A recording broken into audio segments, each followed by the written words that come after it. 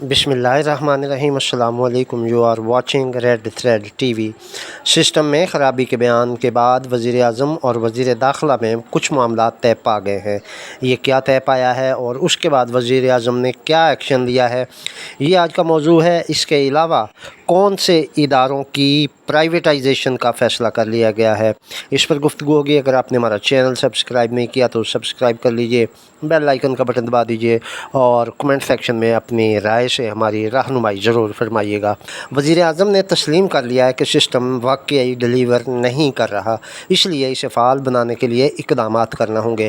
وزیر اعظم شہباز شریف اور وزیر داخلہ محسن نقوی نے ملاقات کی۔ بتایا گیا ہے کہ وزیر اعظم شہباز شریف سے محسن نقوی نے لاہور میں ماڈل ٹاؤن میں ملاقات کی ہے۔ ذرائع کے مطابق ملاقات کے دوران ملک کی داخلی سیکیورٹی کی صورتحال پر بھی تفصیلی تبادلہ خیال کیا گیا۔ اس ملاقات میں وزیر اعظم شہباز شریف نے تسلیم کیا کہ محسن نقوی کی بات درست ہے اور سسٹم ڈیلیور نہیں کر رہا، تاہم ان خامیوں کو دور کرنے کی یقین دہانی کروائی اور یہ بھی یقین دلایا کہ مسلم لیگ نون کے وزراء اور دیگر رہنما محسن نقوی کے خطاب پر تنقید نہیں کریں گے۔ دوسری جانب حکومت کی ناقص کارکردگی اور سسٹم کی خرابی کے پیش نظر وزیر اعظم نے وفاقی وزراء اور ڈویژنز کی کارکردگی کا جامع جائزہ لینے کا یقین دلایا ہے۔ اس سلسلہ میں وزیر اعظم کی ہدایت پر وزیر اعظم آفس کی جانب سے تمام وفاقی وزارتوں کو مراسلہ بھی ارسال کر دیا گیا ہے، جس میں مخصوص فارم پر تفصیلی کارکردگی رپورٹ طلب کی گئی ہے۔ وزیر اعظم آفس کے مراسلے کے مطابق تمام وزارتوں کو فروری 2024 سے اب تک کیے گئے اہم اقدامات، حاصل کردہ اہداف، بنیادی ذمہ داریوں کے مطابق کارکردگی اور عوامی خدمات میں بہتری کے لیے اٹھائے گئے اقدامات کی مکمل تفصیلات فراہم کرنا ہوں گی۔ مراسلے میں ہدایت کی گئی ہے کہ وزارتیں گورننس، اصلاحات، انتظامی بہتری، اخراجات میں کمی، نظام کو مؤثر بنانے کے اقدامات اور مختلف منصوبوں کی پیش رفت سے متعلق واضح رپورٹ جمع کروائیں۔ ہر وزارت کو منصوبوں، حاصل کردہ نتائج اور ان کی تکمیل کی تاریخ بھی فراہم کرنا ہوگی۔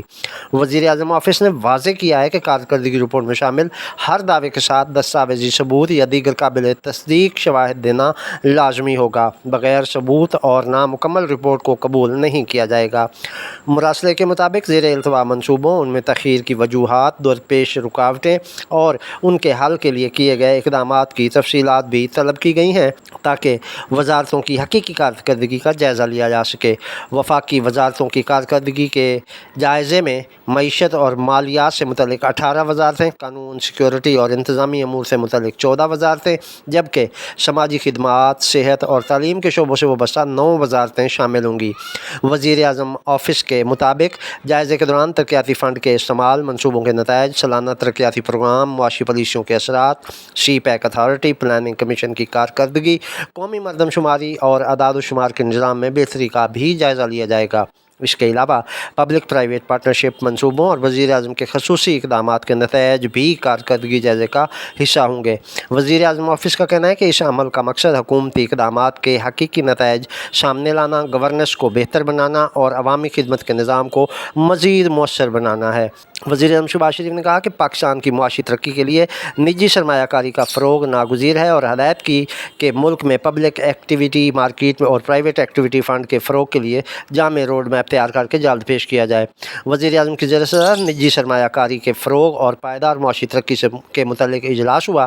وزیر اعظم نے ملک میں سرمایہ کاری اور چھوٹے اور درمیانے درجے کے کاروبار کے فروغ کے لیے پرائیویٹ ایکٹیویٹی فنڈ کے قیام کے حوالے سے لاہ عمل جلد از جلد پیش کرنے کی ہدایت کی اور کہا کہ ملک میں پبلک ایکویٹی مارکیٹ اور پرائیویٹ ایکویٹی فنڈ کے فروغ کے لیے جامع روڈ میپ تیار کر کے جلد پیش کیا جائے تاکہ ملک میں سرمایہ کاری کے لیے فنڈ دستیاب ہوں اور غیر ملکی سرمایہ کاری کے لیے راہ ہموار ہو۔ انہوں نے کہا کہ ملک کی معاشی ترقی کے لیے نجی سرمایہ کاری کا فروغ ناگزیر ہے۔ پرائیویٹ اور ایکویٹی فنڈ معیشت میں سرمایہ کاری، کاروبار، وسعت اور روزگار کے مواقع پیدا کرنے کے لیے ایک مؤثر محرک کا کردار ادا کر سکتے ہیں۔ وزیر اعظم نے کہا کہ معدنیات، زراعت، لائیو اسٹاک، توانائی، انفارمیشن ٹیکنالوجی اور دیگر شعبے پاکستان کی معیشت کی ترقی کے بنیادی محرک بننے کی صلاحیت رکھتے ہیں۔ ان شعبوں میں سرمایہ کاری کے لیے پبلک ایکویٹی مارکیٹ ایک اہم ذریعہ بن سکتی ہے۔ بینکاری شعبے کی جانب سے سرمایہ کاری کا حجم ابھی بھی محدود ہے، جس کے باعث متبادل سرمایہ کاری ذرائع کو فروغ دینا وقت کی اہم ضرورت ہے۔ شہباز شریف نے کہا کہ حکومت ایسے اقدامات کو ترجیح دے رہی ہے جو نجی شعبے کی قیادت میں سرمایہ کاری، صنعت اور برآمدات کے ذریعے پاکستان کی معیشت کو مضبوط اور پائیدار بنیاد پر استوار کریں۔